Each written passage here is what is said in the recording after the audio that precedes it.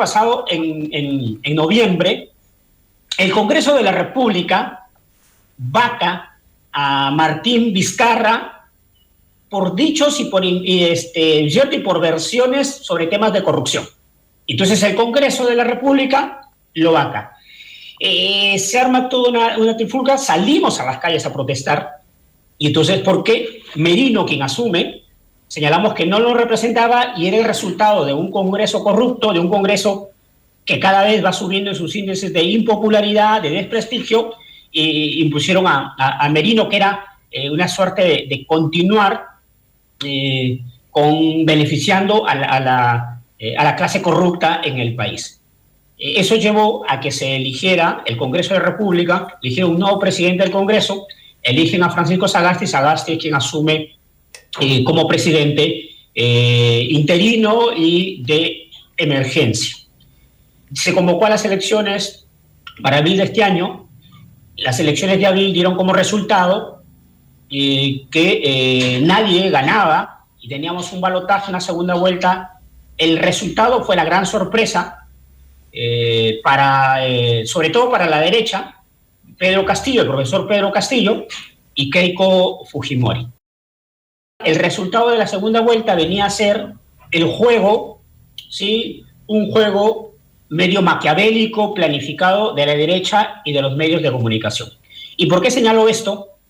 Porque la derecha entró dividida a la primera vuelta, con López Aliaga de la extrema derecha. Aparentemente la derecha entró dividida, pero hizo un juego, ¿no? Y con esto le permitió ingresar a Keiko Fujimori. Y los medios de comunicación entraron al juego a meter a Castillo, ¿sí? Comenzaron a hablar de Castillo en los últimos tiempos. ¿Con qué propósito? Para quitarle votos a Verónica Mendoza y al candidato de Acción Popular, Lezcano, con el propósito de bajarlos a Lezcano y a Verónica, ¿cierto? Que eran los que tenían mayores posibilidades de entrar a la segunda vuelta. Y con esto, si se bajaban a Lezcano y a Verónica, las elecciones en segunda vuelta se definían entre Keiko y probablemente otro candidato de derecha. Entra Castillo, ocupando el primer lugar, quien había recogido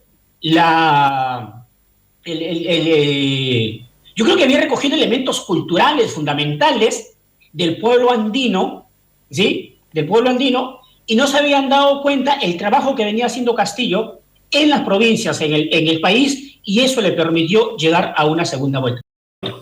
Esto que aquí en Lima se le critica a Castillo, que no habla bien el castellano, que ya son expresiones de discriminación, que no se expresa bien, que son elementos propios de la discriminación de la clase política de la derecha y de la limeñización de la política. Entonces, todos estos elementos son los que más bien le sirven a Castillo.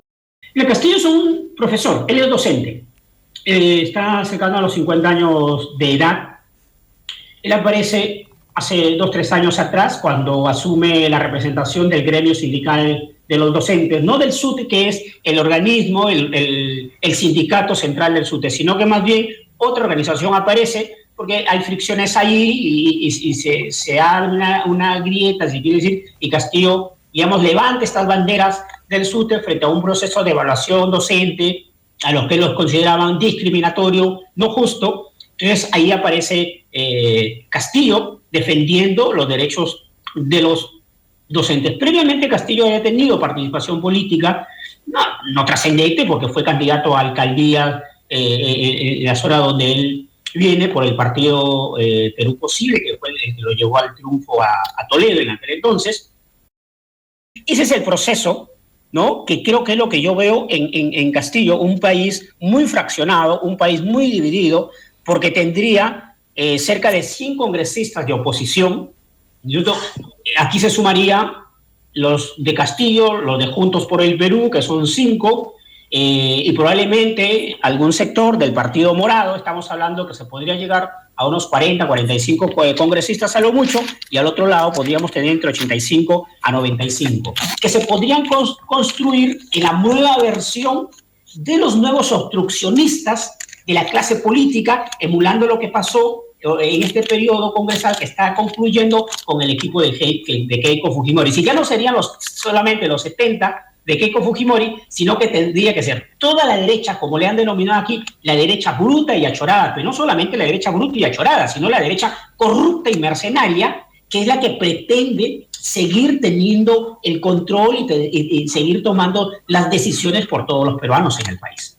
Con Castillo, la oposición la va a tener en el Congreso. Con Keiko, la oposición la va a tener desde la ciudadanía. ¿Sí? Desde la ciudadanía, desde el sector social. A Castillo lo han acusado así directamente de terrorista cuando no tiene ninguna prueba. Mientras han callado en todos los lenguajes, ¿no es cierto?, lo que ellos ayer acusaron. Es decir, mientras ayer sendos reportajes acusaban a Keiko Fujimori de corrupta en sus canales, Canal 4, en sus medios de comunicación, en sus informes periodísticos, hoy guardan absoluto silencio y señalan que Keiko es la salvación. ¿Sí? Por otro lado, hay un canal de televisión latina o Frecuencia Latina que también se ha sumado a la campaña, una campaña vergonzosa utilizando Jamás vimos nosotros en Latina, por ejemplo, mujeres, lo que llamamos aquí las mujeres andinas, que usan pollera. Jamás hemos visto mujeres con pollera, mujeres andinas, los hombres del Ande que les pongan el micrófono para que se expresen cuál es el Perú que quieres. Hoy volvemos a cada rato saliendo en la televisión, dándole la voz, ¿no?, con videos y que nos cuentan cuál es el país que quiere. Esa no es la forma más miserable de interceder en la decisión de hacer una campaña sucia contra uno de los candidatos. Bien, en el caso del Perú hay una particularidad, porque el profesor Castillo no es marxista. Señala que sigue la corriente marxista, leninista, mariateguista, ¿sí? Pero Castillo como tal no lo es. Aplicar un modelo de otros países resulta difícil, porque de ganar Castillo con un Congreso en oposición sería bastante difícil, bastante complicadísimo.